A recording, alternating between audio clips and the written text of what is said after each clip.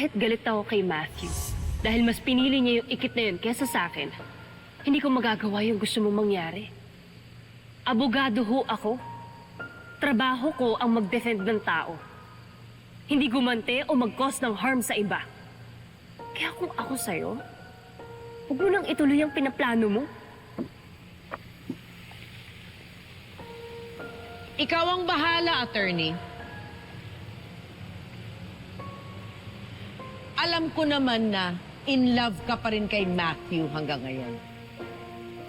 At habang nandyan si Marikit, malabong magkabalikan pa kayo ng ex mo. Can you imagine, sa ganda mong yan, isang cheap at pangit na babae lang ang ipagpapalit sa'yo? Kung gusto mong magkatuluyan ng happy ending ang love story niyo ni Matthew, iisa lang ang solusyon. Kailangan mawala sa picture si Marikit. Now the choice is yours, attorney. Habang buhay ka na bang maglilinis-linisan at magiging broken-hearted? O makikipagtulungan ka sa akin para burahin natin si Marikit at magkabalikan kayo ni Matthew?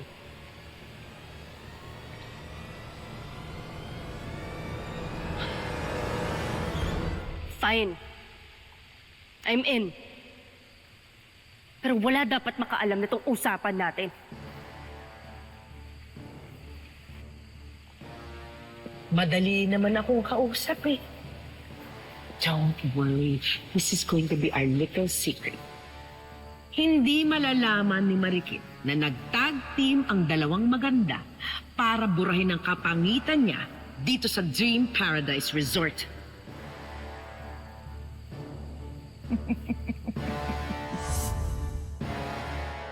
Bakit parang nonchalant ka, attorney? Hindi ka ba masaya sa mga nangyari kay Marikit? Kainis kasi. I was counting on Ikit na tatanggapin niya yung check na yun para magalit sa kanya si Matthew. Pero yung babaeng yun nag-inarte pa.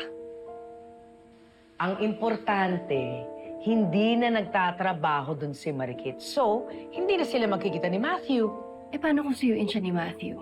Kahit magkalayo na sila.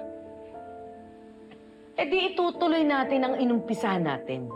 Gagatungan natin silang lahat para magalit silang lahat kay Marikit. Umpisa pa lang ang pagpapatanggal natin sa trabaho kay Marikit. Itutuloy natin yon hanggat mawala ang lahat ng importante sa kanya. Ang reputasyon niya, mga pinaglalaban niya at lalong-lalo na si Matthew. Hindi tayo titigil hanggat mawala ang lahat sa kanya.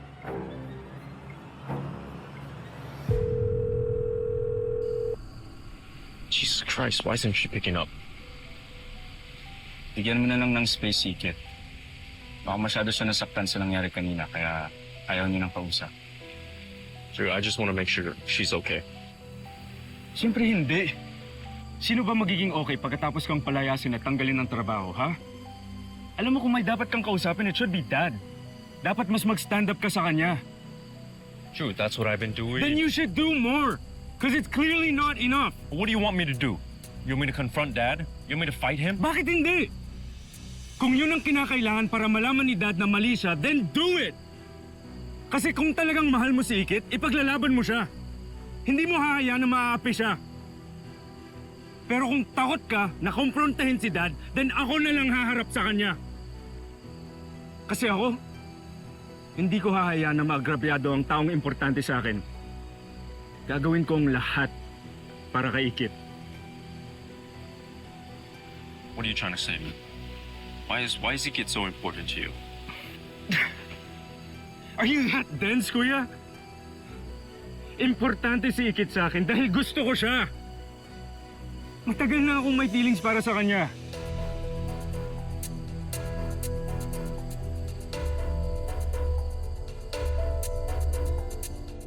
I thought you guys only looked at each other as friends.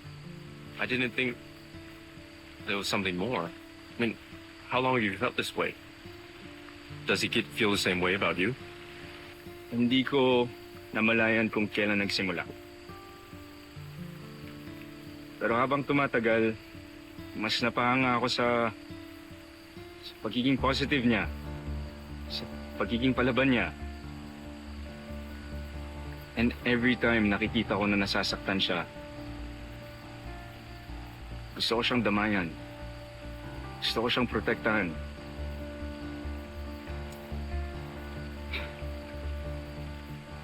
Why don't you just tell me? Kasi alam ko nagugustuhan mo rin si Ikit, kuya. And ayoko mag-cause ng friction or tension between us kasi importante ka din sa akin.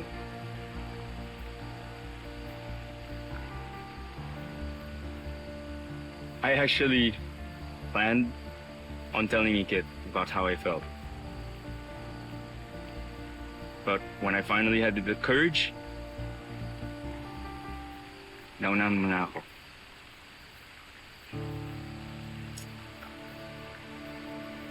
Drew, I'm sorry if I hurt you, Drew. I mean, I hope this doesn't change anything between us. Alam ko naman kung saan ako lulugar, kuya. Kaya hindi ako magiging problem sa inyo ni Ikit. Pero kung hindi ka magsa-stand up kay Dad, I won't hesitate to step in. Dahil deserve ni Ikit ang isang taong gagawin ng lahat para protektahan siya.